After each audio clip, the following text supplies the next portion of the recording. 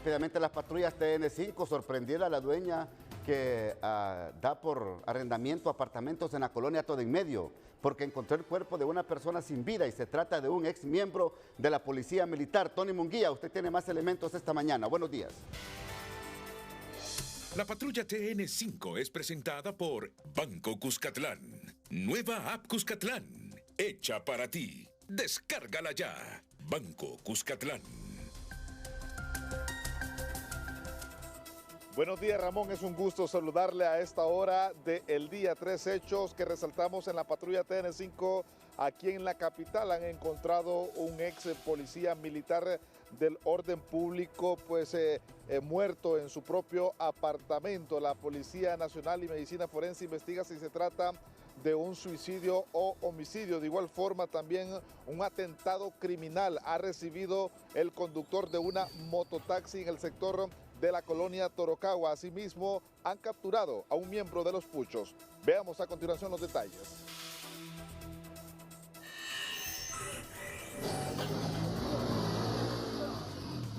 En este video captado por cámaras de seguridad, se ve cómo dos individuos armados le dan persecución a una mototaxi para luego atentar contra la humanidad del conductor de la misma. Este hecho ha sido registrado anoche en la colonia Torocagua, a muy pocos metros de su posta policial. Al momento de los disparos, la motocicleta de los sicarios se les apaga y toman la decisión de atracar este vehículo, sacar a su conductor y huir de la zona. Este carro fue encontrado abandonado 30 minutos después del hecho en la aldea Cerro Grande, luego de que la Policía Nacional iniciara su persecución. Así quedó la mototaxi de la víctima, quien hasta el momento se sabe que está grave en un centro hospitalario de la capital, mientras los hechores de este criminal atentado siguen sin ser capturados. En la colonia Todo en Medio, sector 2, la dueña de un apartamento encontró muerto a uno de sus arrendatarios y se trata de un ex miembro de la Policía Militar de Honduras y trabajaba en la actualidad como guardaespaldas de un hijo de un empresario quien fue asesinado en el año 2024 en el Boulevard Suyapa. El joven militar de nombre Alberto Antonio Matamoros, de 32 años, supuestamente se suicidó, pero serán las autoridades de medicina forense quienes determinen si se trata de un suicidio. El misterio de esta muerte queda en solución por parte de los agentes de la DPI, quienes indagarán más acerca de este hecho ocurrido en horas de la tarde-noche de ayer en la colonia antes mencionada. Miembros de la DIPANCO lograron la captura en flagrancia de un miembro activo de la banda criminal Los Puchos, quien fue sorprendido justo en el momento en que cobraba dinero producto de la extorsión en la aldea Tizatío, al sur de la capital. El detenido fue identificado con el alias de El Bendecido, de 22 años, quien, según las investigaciones, venía generando un clima de terror entre los propietarios de pequeños negocios. Esos han sido los hechos más importantes en la capital de Honduras. Con usted, buenos días. Gracias, Tony. Orlin Martínez, San Pedro Sula, buenos días.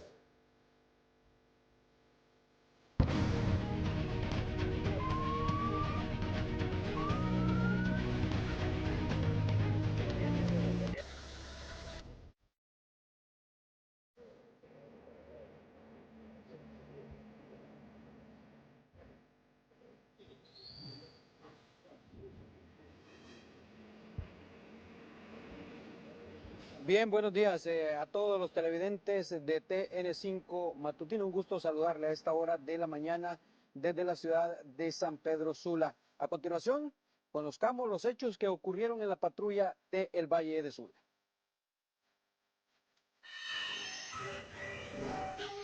Lamentablemente en la comunidad de Brisas de Tamade del municipio de Puerto Cortés se reportó la muerte de una mujer identificada por vecinos como María Pedrina. Por lo que se sabe hasta ahora, su cadáver fue encontrado en el interior de su vivienda y se presume que ella misma habría tomado la fatal decisión de quitarse la vida. Minutos después la noticia comenzó a difundirse con todos los vecinos, quienes alertaron a las autoridades policiales y a medicina forense para realizar el correspondiente levantamiento cadavérico. Por otro lado, difícilmente las coberturas noticiosas están libres de accidentes viales en el Valle de Sula, exactamente en el tramo carretero de la comunidad de Bijao del municipio de Choloma, El conductor de un vehículo tipo camioneta color gris se salvó de morir tras impactar fuertemente en la parte trasera de una rastra.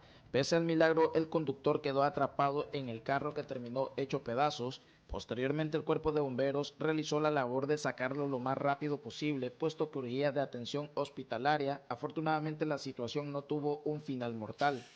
Concluyendo con la agenda informativa, en la primera estación policial de San Pedro Sula se contabilizaron varias personas detenidas por diferentes ilícitos, resaltando a 2 hombres que fueron requeridos por suponer los responsables de los delitos de tráfico ilícito de drogas y porte ilegal de arma de fuego, según los reportes preliminares de los agentes policiales. En tal sentido, los detenidos ya fueron entregados a la Fiscalía de turno y en el transcurso de este día, las autoridades pertinentes tomarán las acciones que estén apegadas a la ley. Con esto concluimos el repaso de los hechos más importantes que marcaron la jornada en el Valle de Sula. Les informó Cristian Cerón a cargo de la patrulla TN5.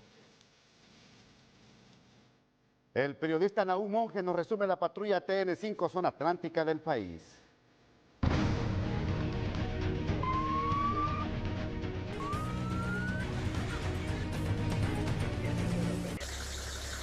Comenzamos nuestro recorrido en la patrulla TN5 en la Novi de Honduras y los municipios aledaños. Pobladores de la ciudad Puerto de Tela solicitan a las autoridades policiales mayor presencia en los diferentes sectores de esta zona ante una ola de asaltos que se ha incrementado en los últimos días, y es que a través de las cámaras de seguridad han quedado captados momentos donde individuos aprovechan la oscuridad de la noche para hacer de las suyas.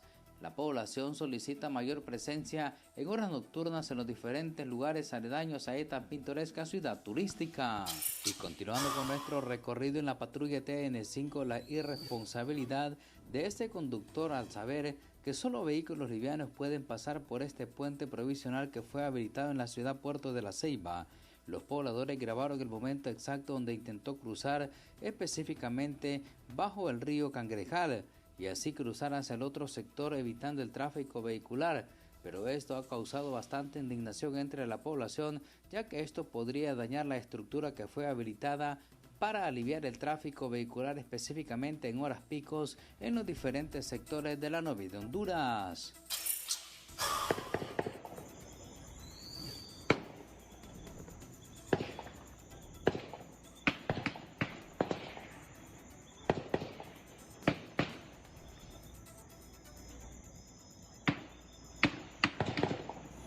Y finalizamos nuestro recorrido en la patrulla TN5 con videos que nos han hecho llegar pobladores de las zonas altas, específicamente de Las Canelas, donde se escuchan fuertes descargas de disparos en horas de la medianoche, por lo cual hacen un llamado a las autoridades policiales para que den mayor presencia en esa zona, antes de que algo fuerte pueda ocurrir en esta localidad, ya que de acuerdo a información preliminar, las acciones podrían ser peleas entre diferentes estructuras criminales que operan en la zona.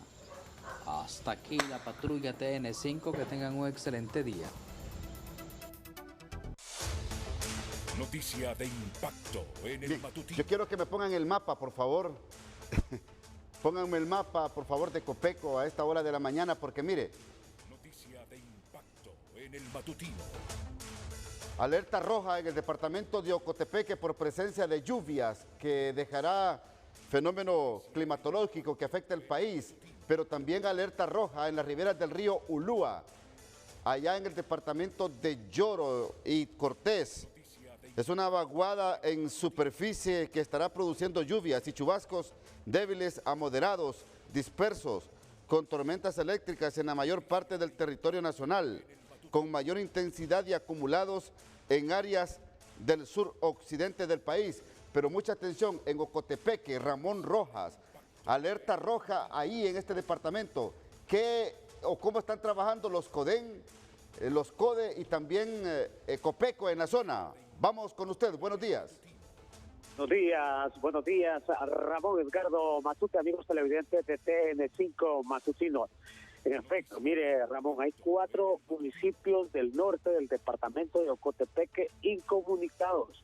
Solo tienen salida para El Salvador, pero no para los sectores de Honduras, para Santa Rosa, que es la carretera que lleva hacia San Pedro Sula.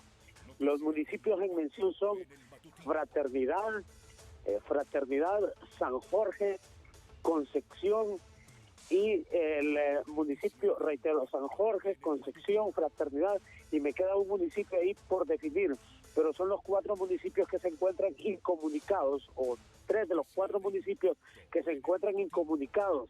Ya se registran viviendas dañadas, familias damnificadas, y se pronostica para las próximas horas más lluvias. Las precipitaciones en la zona van de moderadas a muy fuertes, según la Comisión Permanente de Contingencias COPECO, que ya trata de hacer presencia en aquella zona.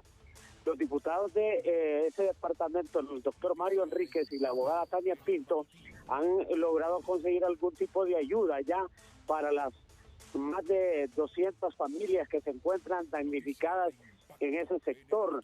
Hay que mencionar a Ramón de que también los deslizamientos han puesto complicaciones en la carretera CA4 que de Santa Rosa de Copán conduce al departamento de Ocotepeque.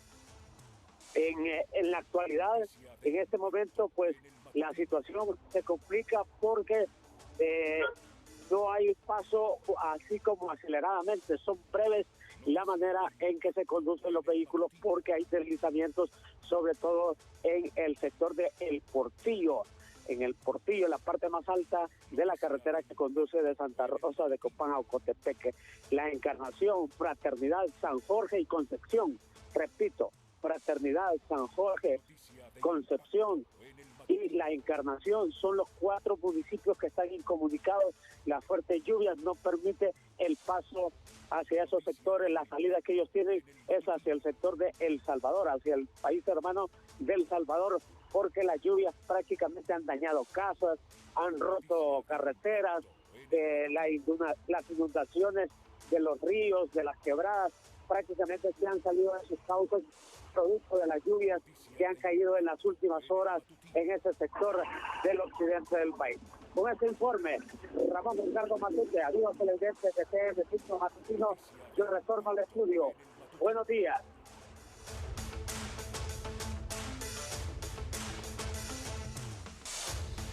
Mientras tanto, en el departamento de Intibucá, las lluvias dejan fuertes impactos. Henry Fiallos, cuéntenos, buenos días. Buenos días, Ramón Matute, buenos días a los televidentes de TN5 Matutino. Bueno, el departamento de Intibucá de alerta verde ahora se encuentra en alerta amarilla.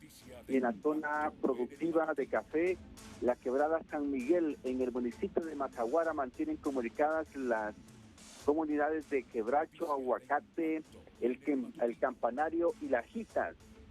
Exigen una pronta construcción del puente sobre esta quebrada San Miguel, de estar como una quebrada tranquila, ahora se ha convertido en un fuerte río que está afectando varias comunidades y estas las mantiene incomunicadas.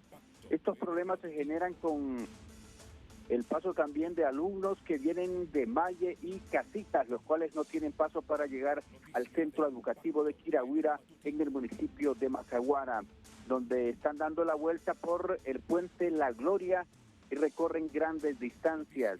En Llano Largo, el Potrero Jesús de Toro, también hubieron vientos rachados. Estos botaron algunas viviendas, los techos de algunas viviendas. Y mientras tanto, la señora Leonila Domínguez en San José, en el municipio de Intibucá, registró daños en su vivienda, por lo cual fue evacuada. En la misma comunidad del municipio de Intibucá, en San José, anteriormente también las fuertes lluvias han afectado el tendido eléctrico por los deslizamientos de tierras. Esto dejó incomunicadas o con falta de energía por varias horas esta comunidad a sus habitantes. También en el municipio de San Marcos de la Sierra, el acceso hacia lo que es Las Delicias se encuentra incomunicado en San Marcos de la Sierra, en el sector sur del departamento de Intibucá. El departamento de Intibucá se encuentra en alerta amarilla y de continuar las fuertes y constantes lluvias, esto mantendría también daños o provocaría daños en los cultivos de granos básicos, hortalizas y la producción de papa. Ya Copeco se encuentra en diferentes sitios haciendo los levantamientos de los daños que se registran en este departamento. Este es nuestro informe. Henry Fiallo, TN5 Matutino. Muy buenos días. Mientras tanto, el experto César Quintanilla nos pone al tanto de las condiciones climatológicas. Ponga atención, por favor, a lo que puede pasar en el territorio nacional en las próximas horas. En el matutino.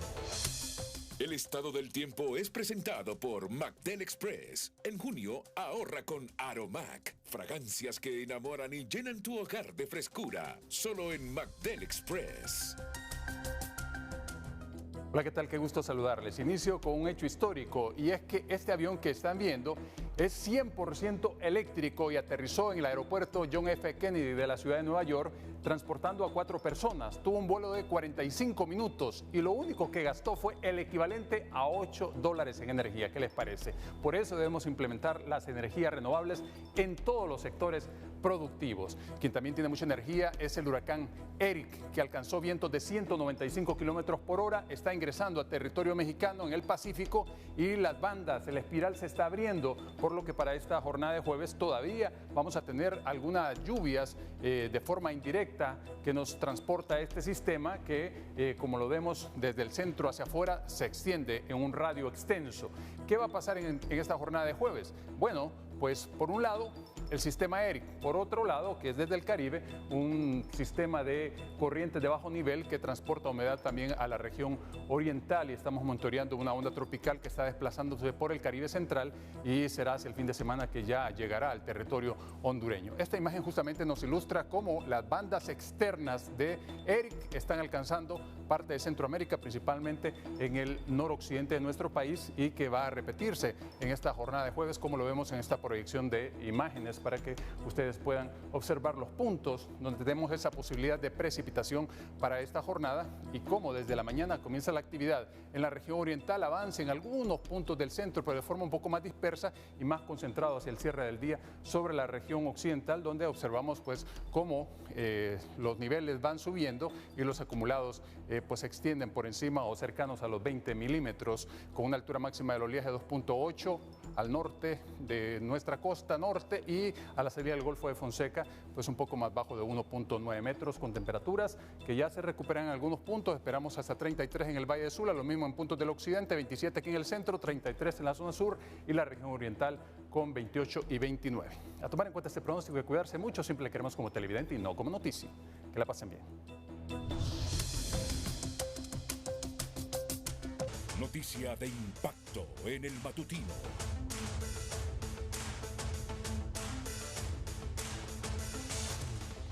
Noticia de impacto en el matutino.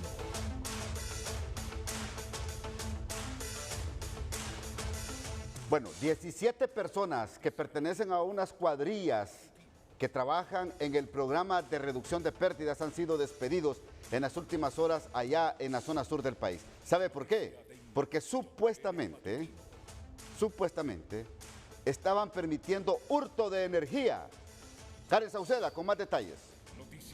Buenos días, así es, 17 cuadrillas de la zona sur del país fueron cortadas. Esto porque definitivamente no estaban realizando el trabajo como se debía y más bien eran parte del hurto de energía eléctrica en la región sur del país.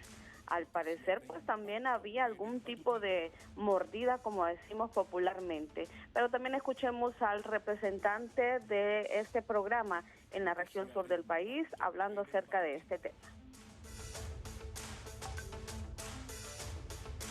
De sanción, pero entonces ahí la persona reclama y dice a la persona, pero fíjese que yo le pagué a fulano de tal para que no me multaran. Entonces menciona el nombre de la cuadrilla anterior. Entonces, ¿por qué la cuadrilla anterior tuvo que haber hecho el trabajo de dejarle normalizado? Entonces, esto está pasando y de esa manera se están descubriendo, digamos, las cuadrillas que no están trabajando con transparencia. Ahí es donde el ciudadano se siente lastimado. Entonces, ¿qué pasa con un ciudadano?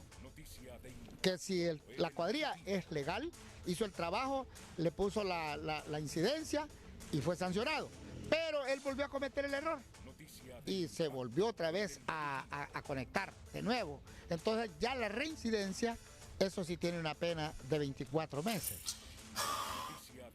Bueno, y está claro, aquellos que están hurtando energía, que al parecer en la zona sur es mucho, pues estarán corriendo con la misma suerte. Los empleados de este programa sí están haciendo cómplices y además sacándole dinero a la ciudadanía por permitirles estar robando energía. Esta es la información que tenemos desde la zona sur del país. Buenos días. Karen, estas 17 cuadrillas representa ¿cuánto personal despedido? Pues cada cuadrilla anda entre unos 4 a 5 personas, 5 empleados por cada una, ¿verdad? O en algunos son 3. Va regulando el número de empleados según la asignación o el lugar donde están asignados en este caso. Ok. Bueno, es bastante personal despedido entonces. Tienen que estar en alerta a nivel nacional los que trabajan en este programa de recuperación de pérdidas. Porque bueno, este es un antecedente. Esto tendría relación, Ramón Matute, si también el jefe no se está prestando para esto, tal como está sucediendo aquí en la zona sur del país, y está realizando su trabajo correctamente, ¿verdad? Claro. ¿Y qué otras cosas conoce usted de esto, Karen? Bueno, en este caso que se están enviando cuadrillas nuevamente a los lugares donde ellos han identificado y los están como turnando, ¿verdad? Para que no vayan siempre a la misma zona y evitar justamente estas situaciones. En el pasado esto ocurría también, Ramón Matute, y nadie decía nada. Habían personas que tenían como una renta prácticamente mensual por hacer esto. No sabemos si en este caso estemos hablando de la misma situación, pero estaba ocurriendo de esta manera. Y hay quejas de la población donde en algunos sectores salen muy bajo el recibo de consumo de energía y en otros sí, y no ven la diferencia entre quién tiene más, quién tiene menos, y el que tiene más paga menos y viceversa. Mire, yo tengo aquí, gracias Karen, yo tengo aquí al experto en temas energéticos, al experto en temas de energía, Kevin Rodríguez.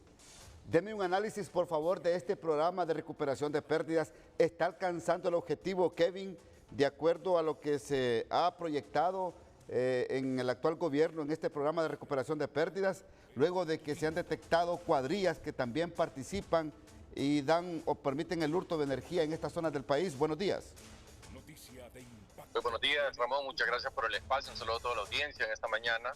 Bueno, en cuanto al Programa Nacional de Reducción de Pérdidas, ya se había dicho con bastante tiempo de parte de ASJ en un informe presentado en enero del 2024, que este programa ha sido un fracaso rotundo, no solamente por no lograr las metas y los objetivos que se habían trazado, sino por la cantidad también de recursos que se le ha asignado en estos 3 años, que tenía también como meta lograr precisamente que se redujeran esas pérdidas, detener y controlar ese sangrado de 40 millones de lempiras que se están perdiendo diariamente en la Empresa Nacional de Energía Eléctrica. Sin embargo, lo que hemos visto, y hablando de datos específicos, es que las pérdidas en estos 3 años, o un resumen de estos 3 años y medio, es que pasaron de 33%, que es como las tomaron la actual administración del ENE, la llevaron incluso a un 38%, su nivel más elevado de los últimos 18 años, y en el 2024 se argumenta que se redujeron nuevamente al 36%. Sin embargo, cuando hablamos de la afectación económica que tuvo la empresa, son las pérdidas más caras que se han tenido en los últimos 4 años. Ha sido un rotundo fracaso y preocupa también la situación en la cual algunos medios de comunicación también han dado una cifra de hasta 17 cuadrillas que han sido despedidas por parte del Programa Nacional de Reducción de Pérdidas, por el hecho de que, y esto es lo que se ha mencionado, es que estaban confabulados o estaban prácticamente relacionados con estos grupos que realizan el hurto de energía a nivel nacional, y es lo que genera precisamente este problema. Otro dato interesante, Ramón, que hay que mencionar y que lo debe conocer la población hondureña, y es que en esta semana un medio de comunicación dio cobertura a una oficina del Programa Nacional de Reducción de Pérdidas en Olancho, que se le cortó el suministro eléctrico por retraso en sus pagos. Aparentemente debía más de 6 meses de energía eléctrica. Entonces sí, es una cuestión un poco también irónico que el ENE esté cortando el suministro eléctrico a sus propias instituciones por falta de pago. Pero lo preocupante realmente aquí, Ramón, es el hecho de que Honduras ante el mundo a nivel internacional con entes multilaterales se argumenta que se está teniendo éxito con este programa, se logró obtener también la aprobación con el Fondo Monetario Internacional, pero este tipo de noticias realmente lo que nos dejan es la duda de qué es lo que realmente está mostrando el ENE ante estas instituciones, porque por un lado se está mencionando que se despiden esta gran cantidad de cuadrillas por estar confabulados con el hurto de energía, y por otro lado se le vende a estos organismos que el ENE está teniendo resultados y está reduciendo las pérdidas. Bueno, entonces para usted fracasa el programa de recuperación de pérdidas en el país, por un lado, y por otro lado, usted me dice que usted me está diciendo que son al menos unos 40 millones de lempiras diarios que se pierden por hurto y robo de energía en el país, Kevin. Correcto, esa es la cifra que se está perdiendo aproximadamente cada día que pasa por esta situación de pérdidas. Y le voy a dar un ejemplo muy sencillo, que es el que, para que lo entienda la población hondureña, y es que tener un restaurante, por mencionar un ejemplo, en el que uno está entregando 100 platos, vamos a decir que son tacos, se están entregando 100 tacos al día, pero al final, cuando uno va a la caja chica, esperaría ver prácticamente estas 100 facturas, pero lo que se encuentra es que solo hay 65 facturas. Entonces uno se pregunta y dice, ¿qué sucedió con las otras 35? Me las robaron, las perdí. Y eso en dinero, en el caso del restaurante, que es muy sencillo, simplemente se multiplica la cantidad de facturas que no se encuentran por el valor de ese platillo. En el caso de la ENE, el valor que se está perdiendo por cada kilovatio hora en el país es de aproximadamente 5 lempiras con 50 centavos la unidad en promedio. A nivel residencial es mucho más alto incluso, y es donde está gran parte de las pérdidas. Y cuando nosotros vemos la cantidad de kilovatios horas que se dejaron prácticamente de facturar, llegamos a ese valor de 40 millones de lempiras diarios. Entonces, sí es una situación que al final pasa factura, y de ahí es donde proviene justamente la deuda histórica que tiene la ENE, Ramón. Cuando se preguntan, o por mucho tiempo, de hecho, los actuales representantes de la ENE decían qué pasó con esos 50 mil millones de lempiras que se robaron durante la narcodictadura. Pero el dato interesante aquí es que en estos 4 años de esta administración del ENE se va a perder más dinero por las pérdidas técnicas y no técnicas que lo que se perdió en el periodo de los 8 años de Juan Orlando Hernández. Entonces son al final de este 2025 más de 50 mil millones de lempiras que se habrán perdido por no haber resuelto esta problemática, y justamente eso es lo que ha llevado a que Honduras esté altamente endeudado a nivel internacional. Perfecto, gracias Kevin, muy amable, gracias por atendernos. Gracias Kevin, muy amable por atendernos en el matutino.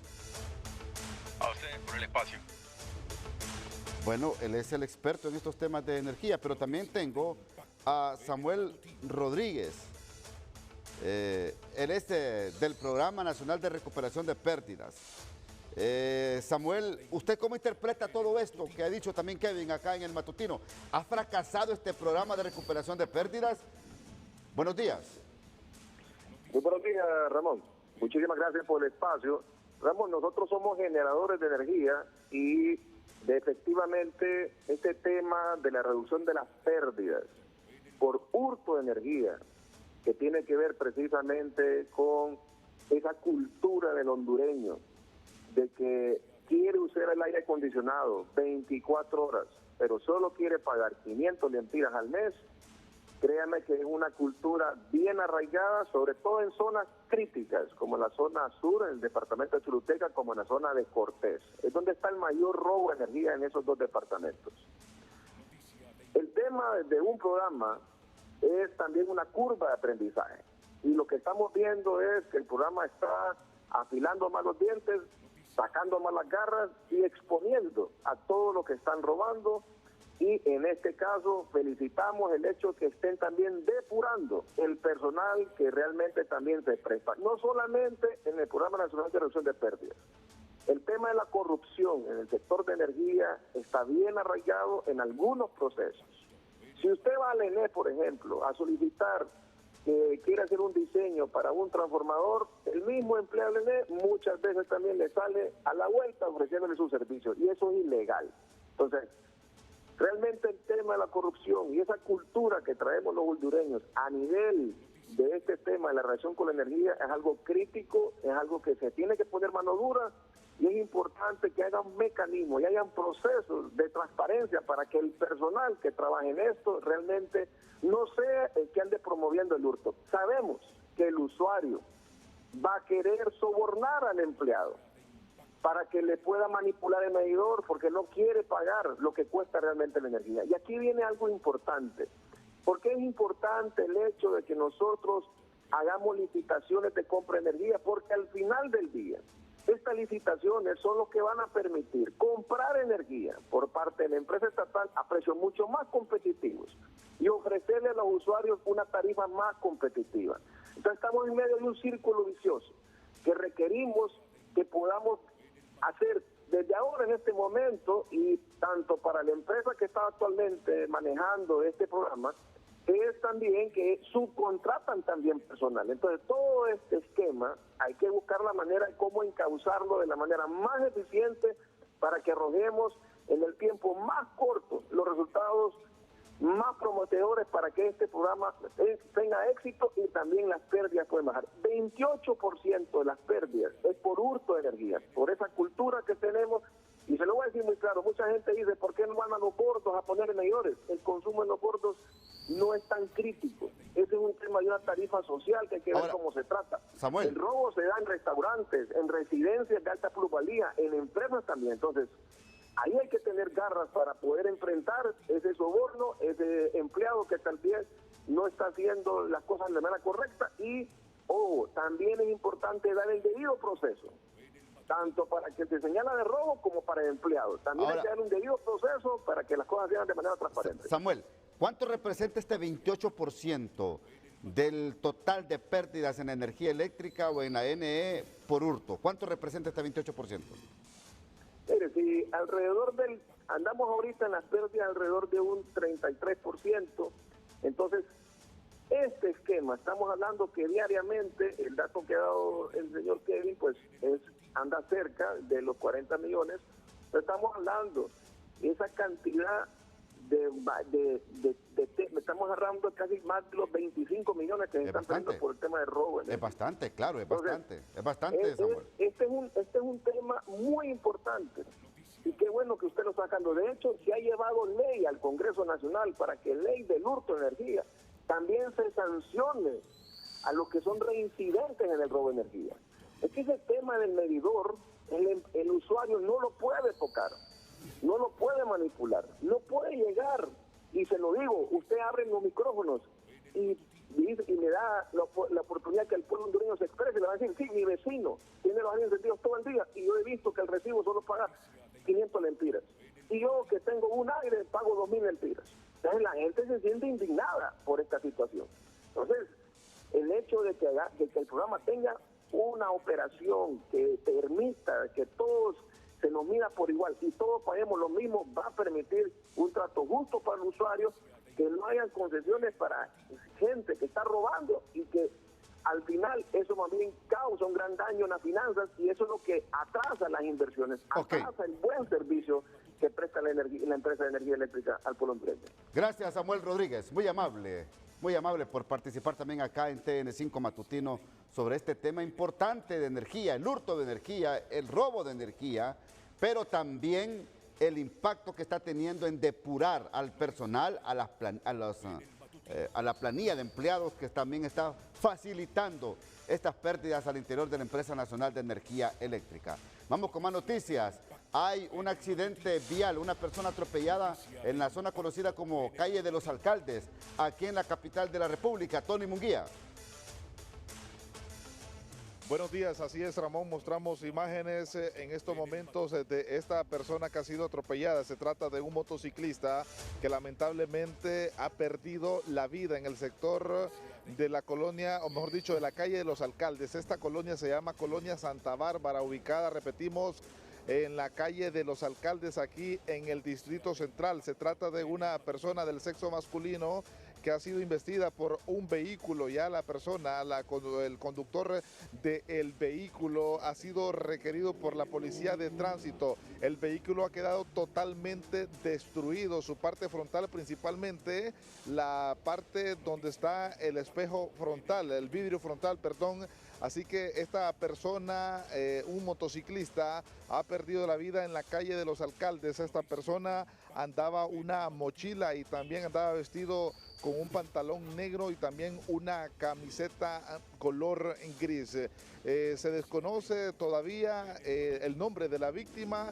Ya las autoridades de medicina forense van hacia este lugar. Repetimos, una persona ha perdido la vida en la calle de los Alcaldes en el Distrito Central. Con usted, buenos días. La noticia económica es presentada por Cooperativa Elga. Tu Elga está aquí. Ahorra y haz realidad tus sueños. 60 años de historia. Elga te da más. Durante el primer cuatrimestre del 2025, la economía hondureña reportó un crecimiento acumulado de 3.8% dentro del rango del proyecto por el Programa Monetario 2025-2026. Según informó el Banco Central de Honduras en su informe preliminar del Índice Mensual de Actividad Económica. Destaca especialmente la intermediación financiera, que creció un 10.6%, gracias al incremento de ingresos por intereses sobre préstamos al consumo, hipotecarios y comerciales, así como mayores consumidores asociados a tarjetas de crédito, transferencias y nuevos créditos otorgados. La economía hondureña reafirma su capacidad de adaptación y crecimiento sostenido, destacando el papel estratégico de sectores vinculados al consumo, la digitalización y los servicios financieros. Para TN5 Matutino, María José Ayala. La noticia del día es presentada por Banco Azteca. ¿Necesitas dinero ya? Nosotros te prestamos rápido, fácil y sin vueltas. Banco Azteca. Sueñas, decides, logras. La pretendida reforma al artículo 232 constitucional, que le daba la potestad a la CICI para que llegara al país como querellante autónomo, pero que según la oposición política había una trampa en esta propuesta que se dio ayer en la Cámara Legislativa, en el sentido que económicamente y decisiones importantes iban a depender directamente del fiscal general del Ministerio Público. Esto conllevó a que la oposición pidiera también vía moción en la sesión de ayer en el Congreso Nacional que se adhiriera a una petición que se eliminara también el famoso decreto que ellos llaman de la impunidad, aprobado en febrero del año 2022 y que ha dado cartas de libertad, dice la oposición, a líderes políticos pertenecientes a Libertad y Refundación. Esto, amigo televidente, es lo que han venido diciendo muchos expertos en el país. Muchos expertos. En el tema que no hay voluntad política en Honduras para que se instale una comisión internacional que venga a ayudar a combatir la corrupción y la impunidad en Honduras. Porque se ha perdido confianza en las instituciones que persiguen o que tienen consecución penal en el país. Vea usted, no hay voluntad política. Y lo vemos de todos los actores de los partidos políticos en el país. Resumen legislativo. Anoche el Congreso aprobó la ampliación para que candidatos a elección que participaron en primarias puedan rendir cuentas ante la Unidad de Política Limpia hasta el último de julio, decisión que fue apoyada por la mayoría de los congresistas. Nosotros sí estamos apoyando la mayoría de la bancada y respetamos el criterio de los demás compañeros. Sí aprobamos que esta prórroga sea el 31 de julio y que ya no haya más prórrogas. Se comenzó a discutir en su tercer debate la ley especial de la Comisión Internacional contra la Corrupción y la Impunidad en Honduras, pero no se lograron aprobar las reformas constitucionales. El Partido Nacional presentó una sugerencia de reformas para que se derogue el polémico pacto de impunidad. Que se derogue el decreto 4/2022, que se derogue y se revoquen todas las cartas de libertad extendidas a las personas que recibieron beneficio a través del mayor pacto de impunidad del país. Es el decreto 4, artículo 4, en sus numerales, y que quede claro. Y si no lo acepta de sugerencia, lo dejamos en carácter de moción. Y así los escucho ahí, mire, aplaudiendo a varios. Y así respondió el oficialismo. esa reforma constitucional en función que se le estaba dando la figura de querellante autónomo, que implicaba que fuera querellante autónomo el mecanismo de la CICI, que no dependiera los requerimientos fiscales, la acusación para los corruptos de este país, no necesitaba la autorización del Ministerio Público. Eso es a lo que se opuso la oposición política del bipartidismo de este país. Este es un X que ha escrito en su cuenta, por supuesto, el presidente del Congreso Nacional de la República, el señor Luis Redondo, que ha dicho: es lamentable que 48 congresistas bloqueen la instalación de la CICI en Honduras. Un total de 48 congresistas no votaron a favor de la aprobación del rango constitucional y eliminar el fuero o inmunidad legislativa. Para ilustración, los que votaron a favor son los que aparecen en color verde. Bueno, ahí está la figura que ya la vamos a presentar, que son 79. Los que no votaron a favor aparecen en rojo, amarillo y negro. Es importante reconocer que toda la bancada de Libre votó a favor, consignando su voto en una de las votaciones del presidente Hugo Noé Pino. De igual forma, la mayoría de diputados del Partido Liberal votaron a favor, a excepción de Irosca Elvir de Nasralla, Maribel Espinosa, Suyapa Figueroa y Mauricio Villeda, que no votaron a favor. Del Partido Salvador de Honduras, únicamente los diputados Tomás Ramírez y Osman Chávez votaron a favor, dice Luis Redondo. El diputado José Mateu se retiró por emergencia antes de las votaciones. De igual manera se registraron los votos favorables de los congresistas Jorge Zelaya, del Partido Nacional, y Rolando Barahona, así como también los votos a favor de Carlos Raudales, de la Democracia Cristiana, y de Jorge Gaidó, del Partido Anticorrupción PAC. Si los congresistas no escuchan el clamor popular y solo votan por representar y defender a los grupos de poder económicos y políticos que se niegan a pagar impuestos, dice Luis Redondo, grupos que dieron el golpe de Estado y que son los mismos que expulsaron a la Maxi, será el pueblo quien podrá juzgarlos en las urnas del próximo proceso electoral.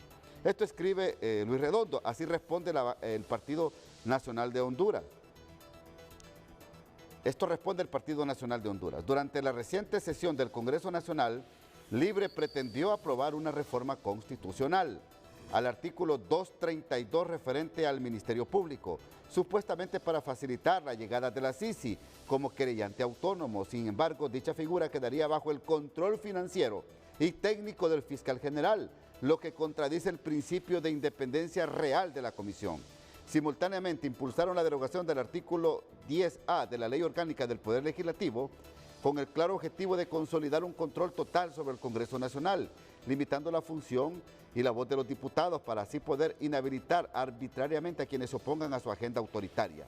Frente a este atropello, la bancada del Partido Nacional se abstuvo de votar a todos los artículos luego de haber presentado una moción clara y directa derogando el artículo o el decreto 04-2022 conocido como el Pacto de Impunidad, así como todos sus efectos. Libre también sometió a votación reformas al artículo 28 de la Ley de Municipalidades, sin consenso para poner de rodillas a los alcaldes que no apoyen a este partido. Votación que contó con los votos de diputados de Libre y del Partido Liberal. Esta acción no solo busca perseguir a los alcaldes de oposición, sino que también pone en riesgo la estabilidad de la gobernanza municipal en todo el país. Al pueblo hondureño le decimos con claridad, la CICI no vendrá mientras Libre gobierne porque no tienen voluntad política de ser investigados. Más reacciones en vivo. Vamos con usted, Tony Munguía.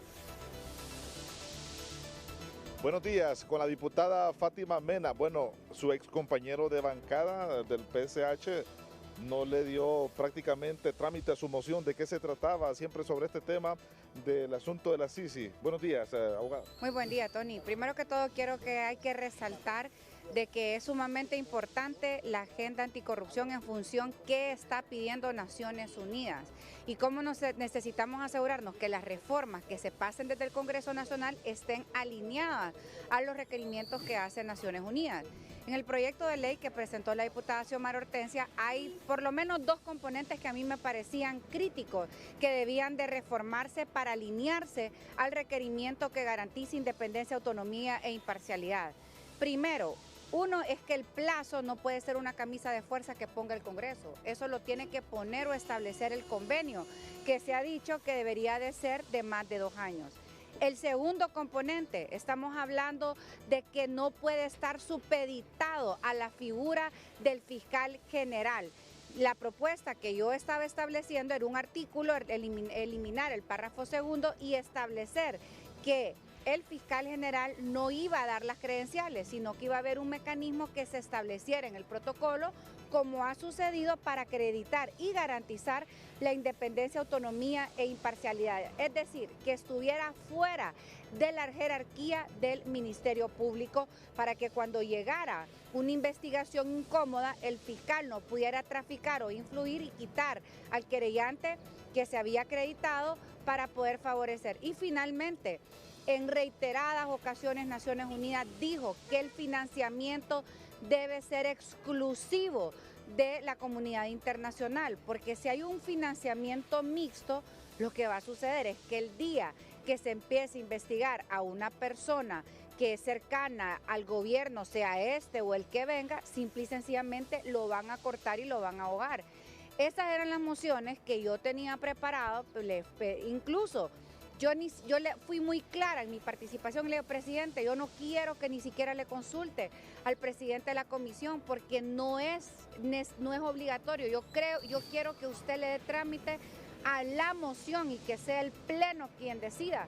Pero le omitió sus deberes como funcionario, abusó nuevamente y simple y sencillamente lo mandó al presidente de la comisión para que dijera lo que él quería y después básicamente desestimar las mociones que en el pleno se habían presentado. De hecho, hablaban de artículos nuevos que yo ni siquiera tuve el chance de escuchar, porque estuve peleando que se le diera el trámite de la moción y se siguiera el proceso legislativo con el fin de poder enriquecer el debate y asegurarnos de que esta fuera una herramienta alineada a lo que pedía Naciones Unidas. Y finalmente con esto, Tony, yo creo que aquí hay que decirle al pueblo, querían seguir dando a tol con el dedo. Imagínense que el presidente del Congreso, así como él presentó una moción para que abogados de narcotraficantes y de corruptos pudieran optar para ser magistrados de la Corte, hoy viene y presenta en esta ley una reforma constitucional que no cabe. Ya se había votado que el único objetivo de presentar esa reforma constitucional era justificar que no se pudiera discutir este tema este año, porque una reforma constitucional requiere una ratificación en el año siguiente, y en el año siguiente será un nuevo Congreso, será un nuevo gobierno, primero Dios, y entonces básicamente esa estrategia de meter la reforma se señaló por múltiples bancadas que era una forma de querer dilatar el poder discutir las reformas que Naciones Unidas pedía. Muchísimas gracias a la abogada Fátima Mena. Así reacciona en torno a lo que ha pasado en las últimas horas en el Congreso Nacional de Honduras. Con usted, buenos días. ¿Qué pasó en el Congreso Nacional de la República ayer, diputado liberal Marlon Lara? Con esto, ¿cómo queda la iniciativa, la idea que venga Sisi a Honduras? Buenos días. Sí, Ramón.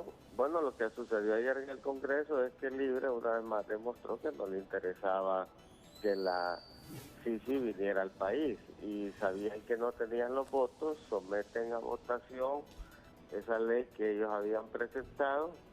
No quisieron que se presentaran mociones por parte del diputado Tommy Zambrano y Fátima Mena, no la sometieron a discusión del Pleno del Congreso, y sin tener los votos someten a discusión lo de la ley de la Sisi, y ya queda definitivamente terminado el tema de la Sisi, porque al no tener las 86 votos, entonces no se puede volver a presentar ese proyecto. Permítame, Marlon. Es decir, que ya muere la Sisi en Honduras, entonces, por lo menos en estos 6 meses que le corresponde al 2025 y 7 meses al actual gobierno. Es que la Sisi nace muerta, Ramón. Nunca Libre quiso que la Sisi se instalara en Honduras.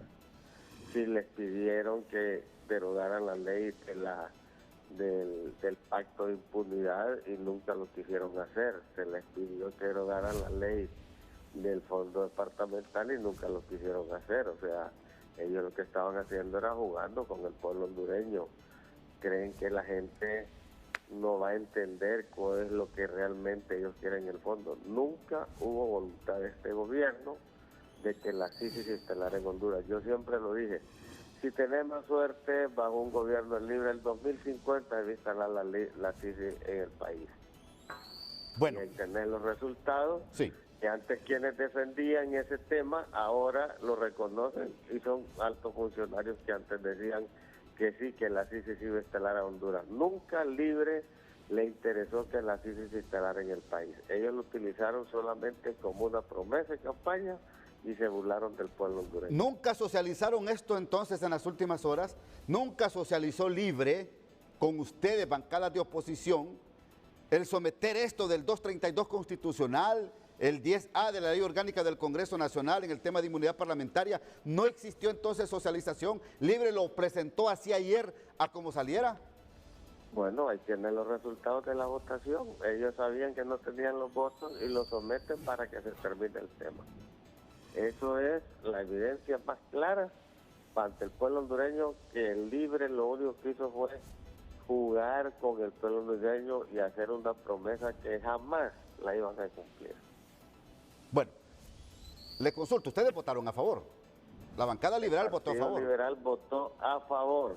El Partido Liberal votó a favor, y aún viendo que toda la bancada votó a favor, dijeron de que el Partido Liberal y el Partido Nacional estaban en contra, para que mire cómo le mienten al pueblo hondureño. Entonces damos por terminada el tema de la CICI en Honduras, por lo menos en este periodo legislativo, tomando en cuenta que este gobierno, Ramón, ahora sí. En este gobierno no viene la CICI. La CICI debe instalar cuando el pueblo hondureño vote por el Partido Liberal y por Salvador Narrala, que va a ser una realidad entonces, la instalación de la CICI. Entonces, ¿cuál prórroga que se consiguió allá en la ONU para el 15 de diciembre? ¿Cuál prórroga de 6 meses? Si hay incapacidad de los políticos de ponerse de acuerdo en Honduras, Marlon. Ellos están jugando con el pueblo hondureño, creen que la gente no le entiende a todo lo que ellos han hecho. Yo siempre dije, la CICI va a ser un distractor del gobierno para alejar a la opinión pública de los verdaderos problemas que tiene el país. El tiempo me ha dado la razón. Y esa promesa incumplida de Libre al pueblo hondureño le va a costar caro en las elecciones del 30 de noviembre. Bueno, entonces cerramos esta página de CICI en Honduras de lo que resta del 2025. Se termina bajo el gobierno del Libre esta promesa de campaña incumplida, y cuando el 30 de noviembre el pueblo elija a Salvador Narrala y al Partido Liberal, ahí comienza nuevamente la lucha para que venga la CICI al país. Gracias, Marlon Lara, diputado del Partido Liberal, muy amable por atendernos. Expertos también reaccionan esta mañana. Vamos con usted, Isaac Sandoval. Así es, el licenciado Ramón Matute, me acompaña el abogado y exfiscal Elvin Carrillo, abogado. ¿Qué está pasando en el Congreso Nacional? ¿Continúa esta polémica en cuanto a la aprobación o no a estas reformas que permitan la llegada de la CICI? Bueno, tenemos que decir que aparte de la oposición de los congresistas del Congreso Nacional, el día de ayer se quitaron las máscaras y le dieron un tiro de gracia para la instalación de la CICI en el territorio nacional.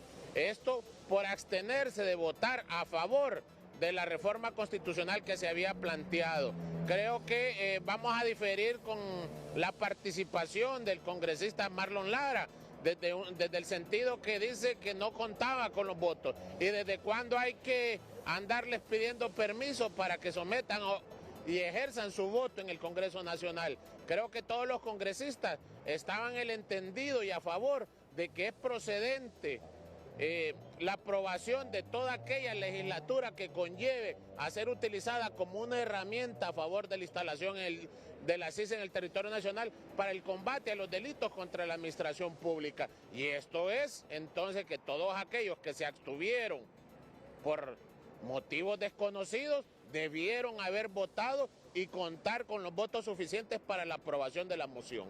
¿A qué se está jugando en este Congreso Nacional? Todos los sectores se tiran la pelota, dicen este no quiere, este es el que no quiere, y pues al final vemos que no hay voluntad en ninguna parte.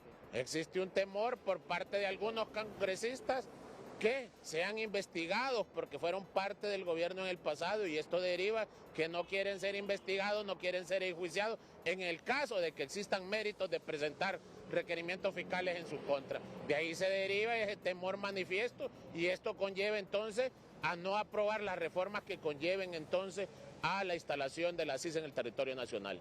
Muchísimas gracias al abogado Elvin Carrillo en torno a este importante tema. Desde este punto de la capital, si no hay ninguna consulta, yo retorno con ustedes a los estudios. El estado vial es presentado por Puma Energy. Ha desarrollado las nuevas gasolinas con tecnología CleanTech, limpieza que protege. Puma Energy.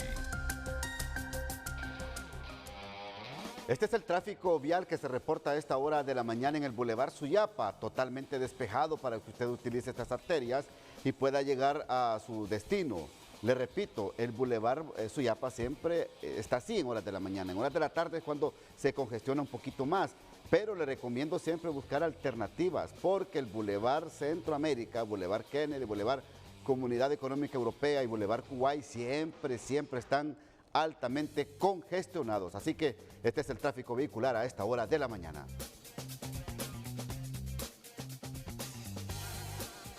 Hasta aquí el matutino. Que pase usted un feliz día. El resumen nacional es presentado por Sucrol Jarabe, que ayuda al desarrollo mental y complementa la alimentación de tus peques. Roja en Ocotepeque ya se encuentran 4 municipios incomunicados con 200 familias damnificadas, esto producto de las fuertes lluvias en el occidente del país. Unas 17 cuadrillas de empleados del programa de recuperación de pérdidas del ENE fueron despedidos por supuestamente apañar el hurto de energía eléctrica en la zona sur del país. Nuevamente fracasa la CICI